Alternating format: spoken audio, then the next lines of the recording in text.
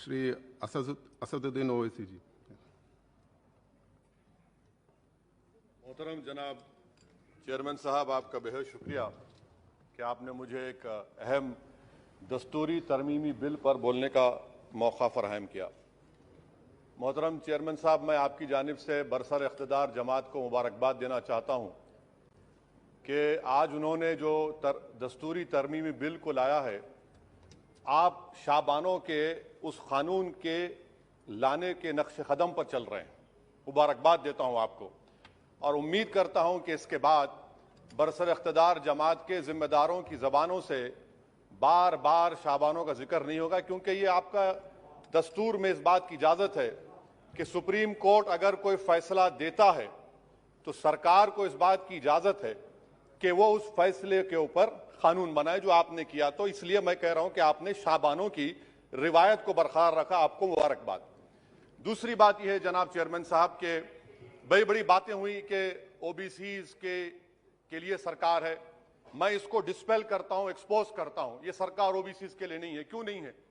National commission of scheduled caste, national commission of scheduled tribe जो है 338B में उनको जो इख्तियार दिया गया है वो प्लान एंड पार्टिसिपेट करने का। आप ओबीसी में एनसीबीसी कहने के खाली एडवाइस करना, यहां पर प्लान और पार्टिसिपेट है ही नहीं। तो ये आपका एक्सपोज करता है आपकी हिपोक्रेसी को और आपकी मुनाफिकत को।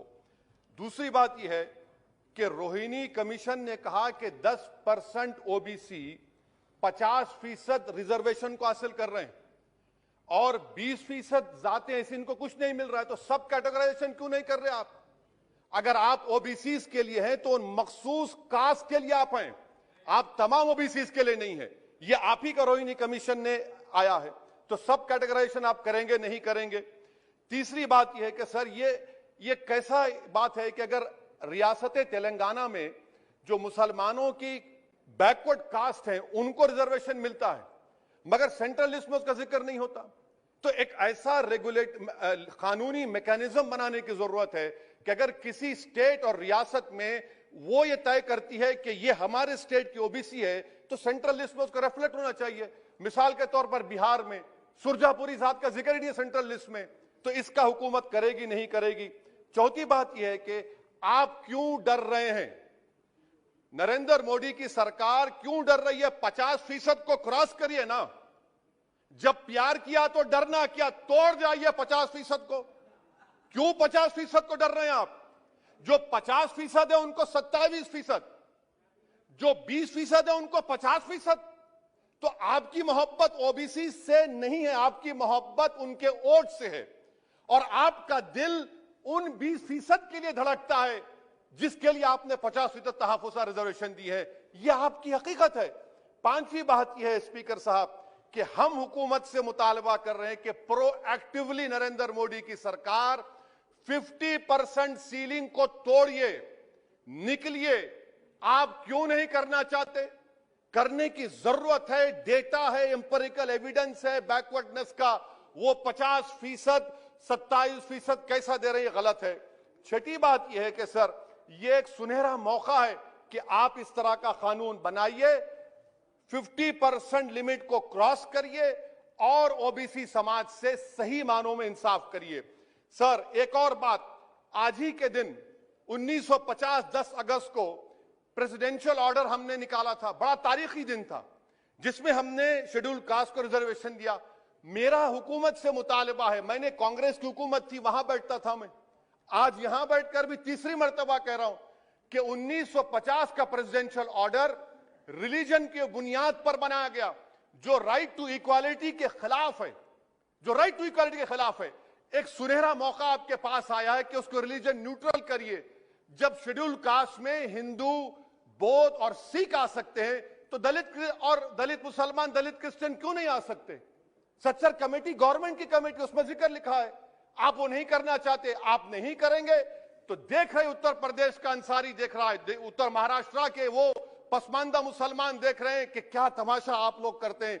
यहां वहां चले जाते हैं, वहां के यहां आते हैं और हम लोग बीच में फंसे हुए रहते हैं।